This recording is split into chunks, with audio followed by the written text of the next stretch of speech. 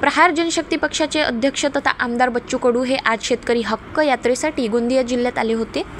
गोंदियाच्या ठाणा गावात आयोजित शेतकरी सभेत त्यांनी शेतकऱ्यांच्या ज्वलंत प्रश्नावर भाष्य केले। सभेदरम्यान कडू यांनी परभणी येथील सचिन जाधव या शेतकऱ्याच्या आत्महत्येचा अत्यंत संवेदनशील विषय मांडला। मात्र याच वेळी स्टेजवर बसलेल्या एका कार्यकर्त्याने टाळ्या वाजवल्याने बच्चू कडू संतापले। त्यांनी थेट त्या कार्यकर्त्याला उद्देशून टाळ्या वाजवतो हरामखोर, नालायका, थोबाडीत मारू का, अशी कडक शब्दात फटकारणी केली। त्यांच्या या उद्गारामुळे सभेत क्षणभर शांतता पसरली होती।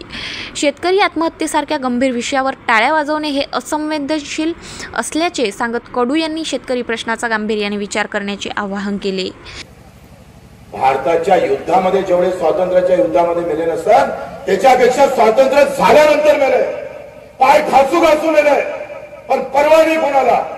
तो सचिन जाधव, आम्ही तो परभणीचा, त्याच्या घरी जेव्हा आम्ही गेलोय ते सोयाबीन 3400 रुपयात विकावं लागले। 3400 रुपयात 5000 रुपये आम्ही पाहतोय। आमच्या सोयाबीनचे भाव जाहीर झाले होते।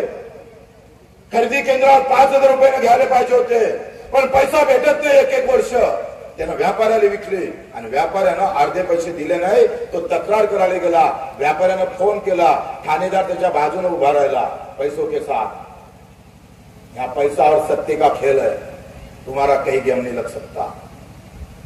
येता येता चीड मनात आली, संताप होता, पॉयझनची बॉटल घेतली। सचिन जाधव आत्महत्या करून रस्त्यात निघाला। त्याची बायको 7 महिन्याची गर्भवती होती, 7 महिन्याची।